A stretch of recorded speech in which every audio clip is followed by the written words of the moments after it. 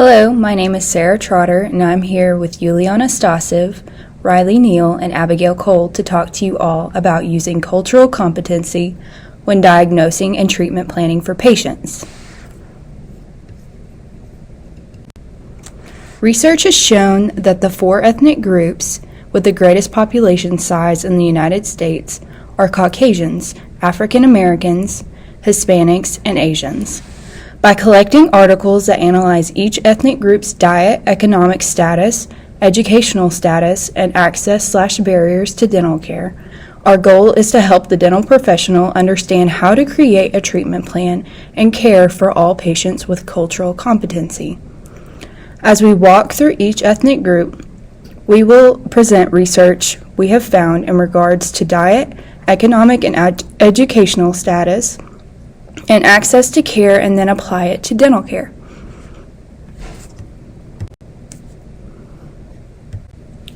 The culture that I will be covering are Caucasians.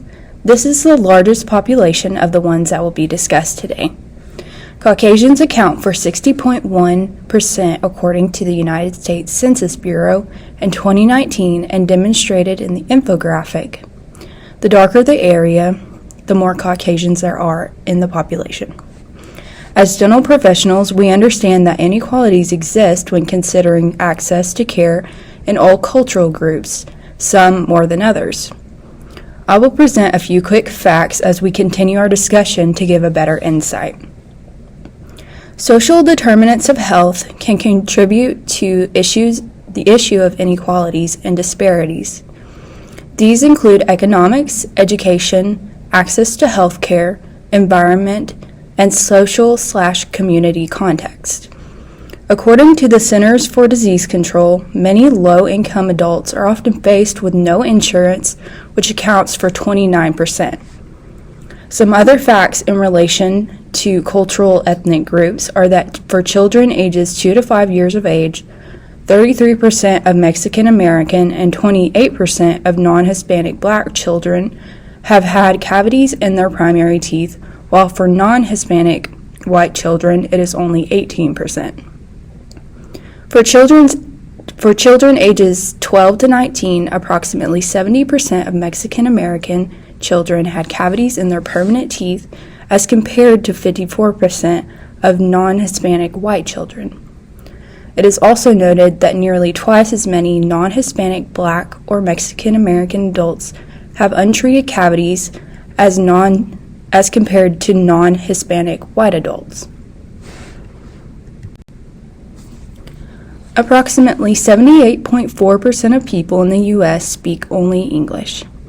English speakers tend to not have as many barriers to care as those who do not speak English. In relation to language, the patient-provider relationship is valued more by the patient when they feel they are being understood. It is found that non-English speakers are the least likely to use preventive services. When barriers such as language are present, a gap is formed in care. Research has shown that those with poor English proficiency face even worse health, accompanied by the negative effects from lack of preventive care. Diet and nutrition are a bidirectional relationship with oral health. In discussing diet, I found there's no evidence specific to the Caucasian diet in relation to oral health. However, according to the Surgeon General's report on oral health in America, one major finding is that poor dietary choices contribute to oral and craniofacial health. We know that diets full of sugars and carbohydrates can decrease the pH of the oral cavity and increase the caries risk. When considering economic and education status of Caucasians, the research presents with non-Hispanic whites having the most advantaged status. There is no specific data for Caucasian groups, but it was found that for children ages 2 to 5 years, 17% of those who come from low-income households have a higher rate of untreated cavities in primary teeth, which is 3 times the percentage of children from higher-income households. By the ages of 12 to 19, approximately 23% of children from low-income families have untreated cavities and permanent teeth, which is twice as many of those from higher-income households. The same applies for groups without insurance.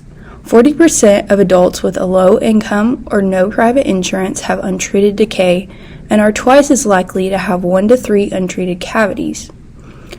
They are 3 times as likely to have 4 or more untreated cavities compared to adults of higher income with private insurance.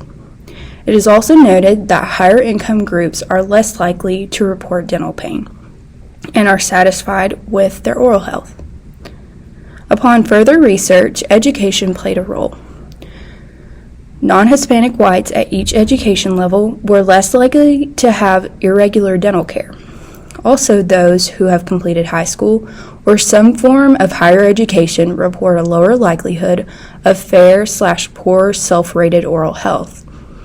Older adults with less than a high school education have 3 times the rate of caries as adults with some college. As previously discussed, social determinants can affect oral health. These are the conditions in the places where people are born, live, and work. A large reason for the lack of access to care is many groups have no private insurance and cannot afford dental care out of pocket. Regular preventive dental care is essential for good oral health, so one can find problems earlier when they're easier to treat. Many people are unable to afford dental care versus other types of health care. The percentage of people without dental insurance in 2015 was 29% overall, with 62% for older adults. Medicaid does not cover routine dental care, and with retirement, many lose benefits. Also, Medicaid programs are not required to provide dental benefits. Currently, there are 15 states that have no coverage or emergency coverage only. To tie all of these together, it is evident that oral health disparities exist regardless of ethnic and cultural groups. To treatment plan for this group specifically, it is important to understand that while it may seem that Caucasians have the most advantage, some challenges are still presented, like education level, socioeconomic status, and access to care. Caucasians do account for a major part of the population, but at some point this will shift. Learning to be culturally sensitive to all people and how to cater to their needs can be an important part of care. Hi, I'm Juliana, and I'll be covering the African American portion. Despite policies, campaigns, and interventions that target oral health, disparities still exist for those in the African American, Native American, and Latino groups in comparison to the Caucasian, and this also relates to children. So African Americans compose of around 12% of the U.S. population, with Fort Smith, according to the U.S. Census Bureau, consists of 9.5%. And children of the African American race appear to have a profound problem when observing oral health. And with each age group, the gap widens for those unable to receive care. So if you look at this map, you can see that over half of all blacks live in just 8 states, including Texas, Florida, Georgia, New York, California, North Carolina, Illinois, and Maryland. And you can see that there is more than 20% living in those southern regions as well. Naturally, diet plays an important role in oral health, and those living in food deserts, consuming the food that's best for one's health isn't nearly as accessible. When it comes to diet to maintain a healthy mouth, some voiced concerns in the high cost of healthy food items for the family and children. Family plays a large role in one's health, including oral, and nutritional counseling is a large part of the implementation process of care. So a patient must understand what is necessary to maintain good health. It's now understood that location and community is a major component of one's health outcome.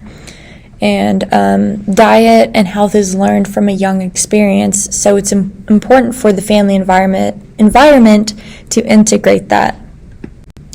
Oral health disparities exist among those living in lower socioeconomic status, with education playing a significant role in that imbalance. And it is easily assumed that the lower income and education correlate with worse oral health status and general health.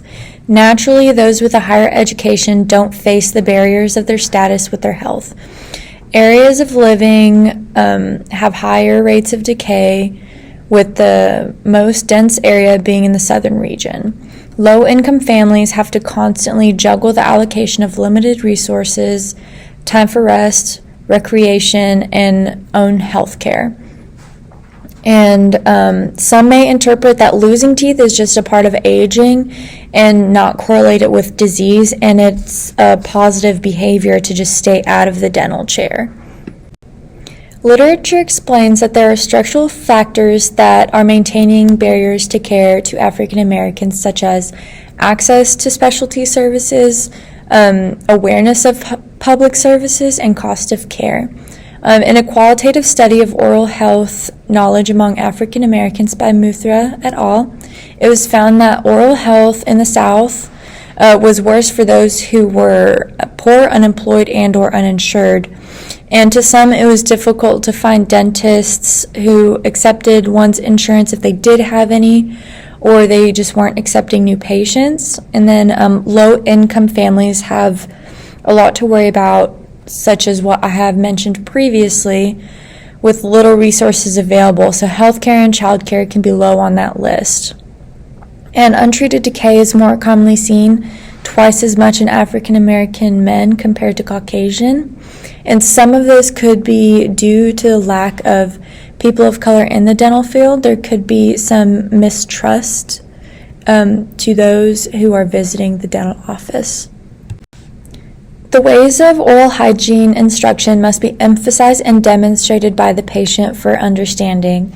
African Americans have a dense history with the medical community and appear to have a mistrust towards medical professionals, which obviously leads to avoidance of any medical care, so that needs to be considered. Parents highly influence and facilitate behaviors in children, so when seeing a patient with children, we can emphasize the importance that it's not only their oral health but also their children, since children often model after their parents. And nutritional counseling is essential to those who are living in lower socioeconomical areas such as food deserts. These patients will need to be informed of alternatives to reach the proper essential nutrients as well. And if seeing patients with low health literacy, it will be important to simplify and explain health and procedures in hopes of understanding and trust. Hello, my name is Riley Neal, and I will be speaking on the statistics available on access to care and oral health status in the Hispanic community. According to the U.S. Census Bureau of 2019, 18.5% of the United States population identify as Hispanic. As you can see on the map, New York, California, Illinois, Texas, Arizona, Colorado, New Jersey, Georgia, Florida, and New Mexico all house the majority of the Hispanic population. This Hispanic community makes up 19.5% of the Fort Smith population, according to the U.S. Census Bureau of 2019. Comparatively, studies reflect that Hispanics have overall more carcinogenic diets, lower levels of education, lower socioeconomic status, and less access to care than African American, Asian, and Caucasian populations, and these contribute as risk factors in poor oral health.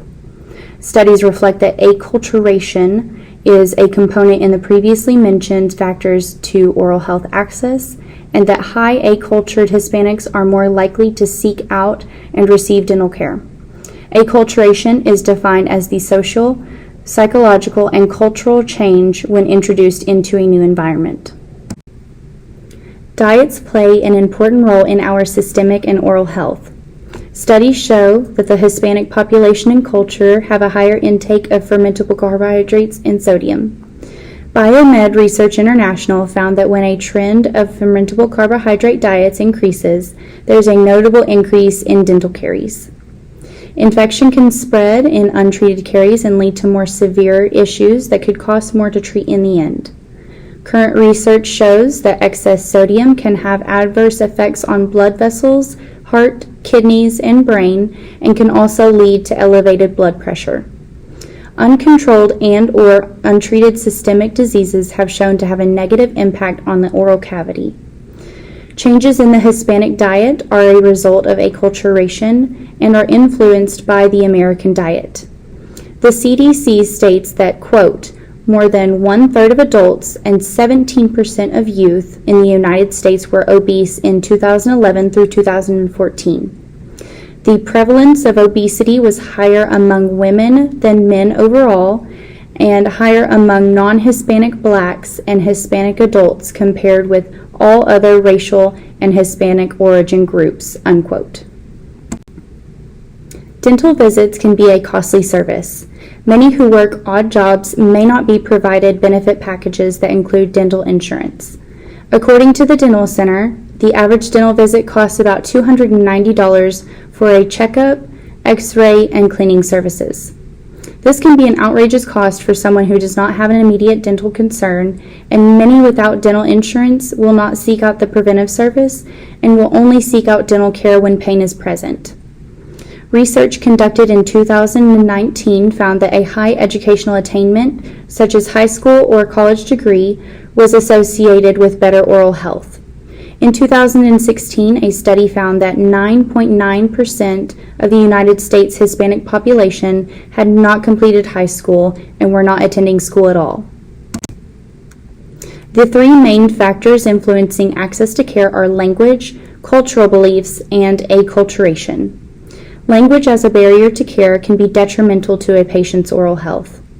According to the United States Census, as of 2016, 40 million U.S. residents speak Spanish, and approximately half, 59%, speak English quote-unquote very well.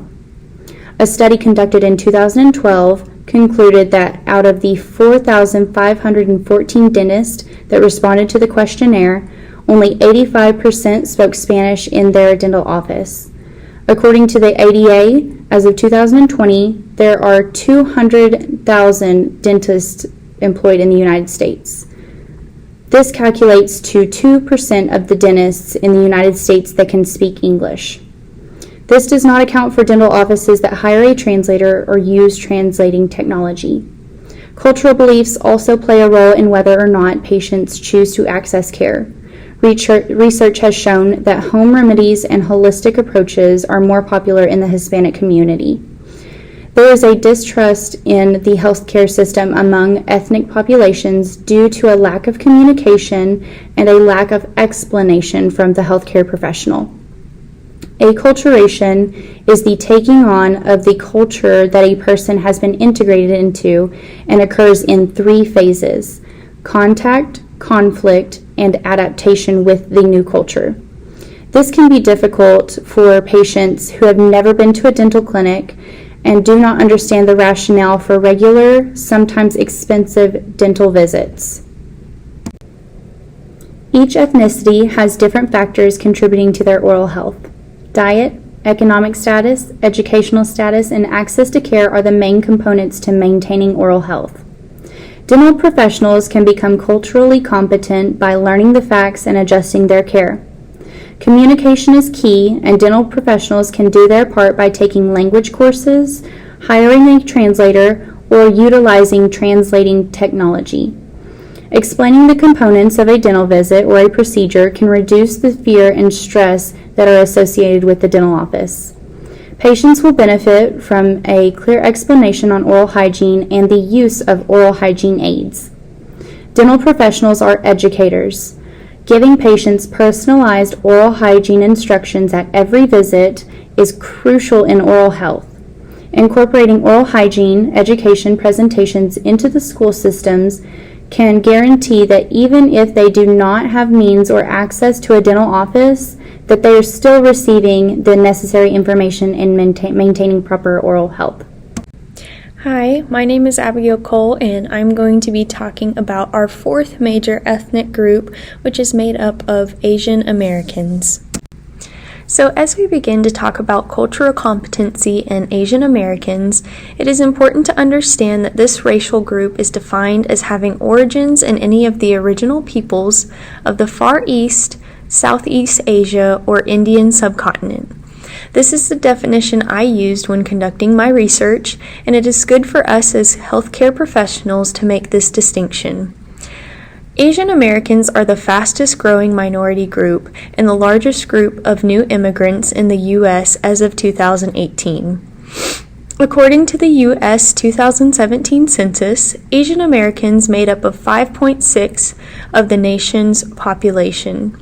In 2017, California, New York, Texas, New Jersey, Illinois, Washington, Florida, Virginia, Hawaii, and Massachusetts had the largest Asian American population.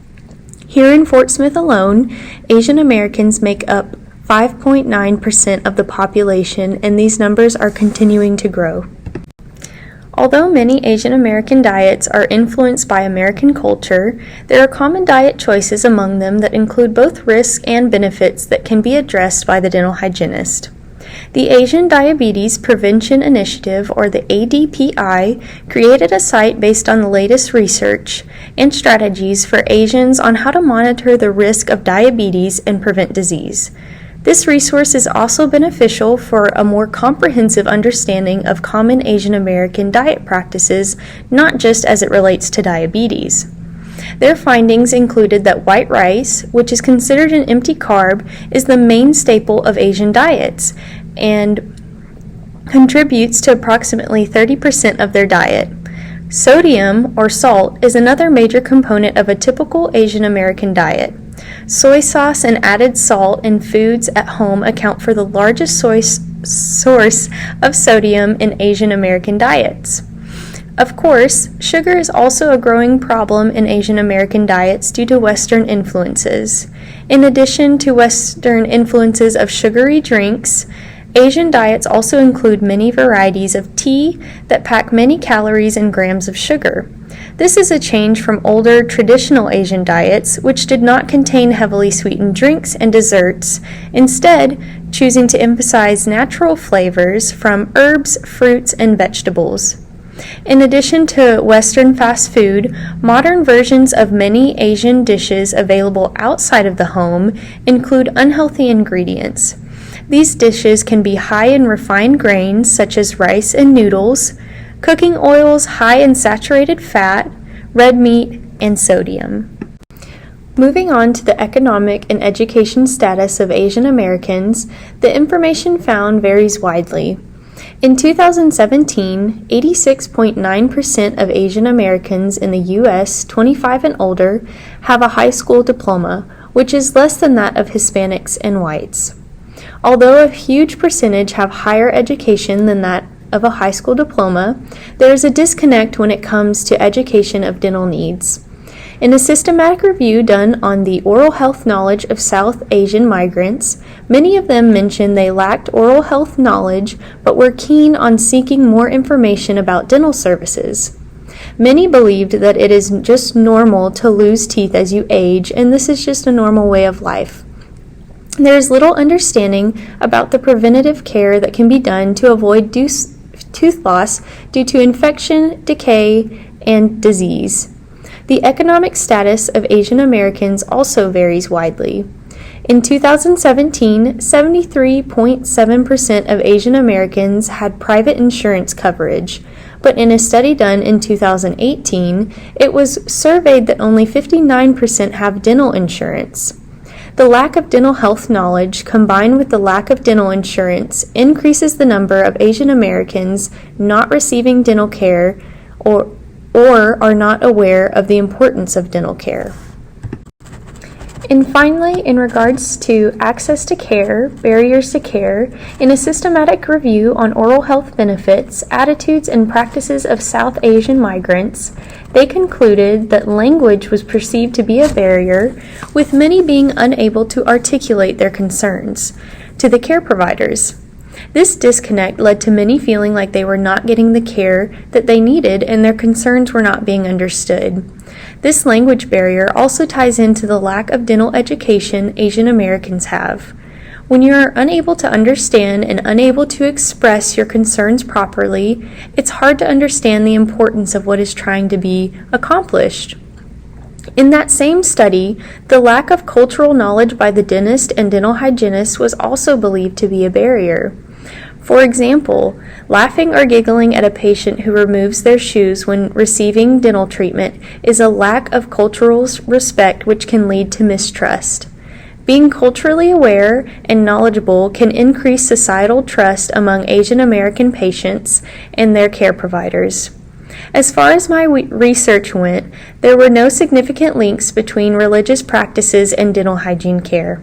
Certain religious activities such as church, holidays, and ceremonies can affect the scheduling process, but rarely does it affect the treatment and diagnosing process.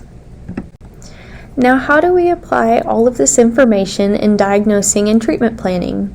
Well, first of all, nutritional counseling is going to be huge in any ethnic group, as we have already discovered. For Asian Americans, addressing the oral health concerns for high sugar intakes, low sodium diets, and empty carb replacements are among the greatest needs. Exploring one's food intake during an appointment can help you gauge how to counsel them well. If sugar intake is high, it is important to explain that combined with poor oral hygiene care, this can lead to an increased rate of dental decay. As dental hygienists, we can also express concerns for our patients' overall health. Knowing sodium intake and empty carb consumption is common among Asian Americans, discussions on low sodium diets and empty calorie replacement should be had, as needed of course. Expressing the benefits of natural herbs, sweeteners, fruits, vegetables, and many more can also lead to improved oral health as well as overall health. Many patients may not recognize this direct impact that the foods they eat have on their oral health. Respect and patience is something we need to embrace for every patient. For Asian American patients, it is important that we are aware of the language barrier, cultural beliefs, and education/socioeconomic status that could be present. If there is a language barrier, take the time to communicate well with them. Make sure their concerns are being heard and that they are an equal part in the treatment planning process. Also, respect their culture. We should be in the business of providing a safe and judgment-free environment for all we see, thus increasing societal trust. When it comes to education and socioeconomic status, never assume that everyone is on the same level of dental knowledge. We need to engage in patient conversation that allows us to assess everyone's understanding of their dental needs. It is critical that we are helping all of our patients develop an understanding of the importance of preventive oral hygiene care. And lastly, knowing Fort Smith is made up of 5.9% Asian Americans who might not have the education and insurance to seek dental treatment, what are we doing to help them? The UAFS Dental Hygiene Clinic is a great example of an opportunity to receive dental treatment at an affordable cost with an emphasis on education. If you are in the area and know of people who would benefit from this service, provide them with the information to receive it. If you are not from this area, find out the needs of those around you and be prepared with resources and opportunities such as this. In conclusion, we would like to address the fact that being culturally competent is critical in such a diverse country. We believe that in recognizing ethnic differences through sound research, we can provide the best care for our patients with the highest level of respect for them. There is so much more to learn and understand about the cultures that are around us. We have scratched the surface of how cultural competency can shape diagnosing and treatment planning for the better, and hope you continue to explore this topic. Here are our resources that we used for all of our information.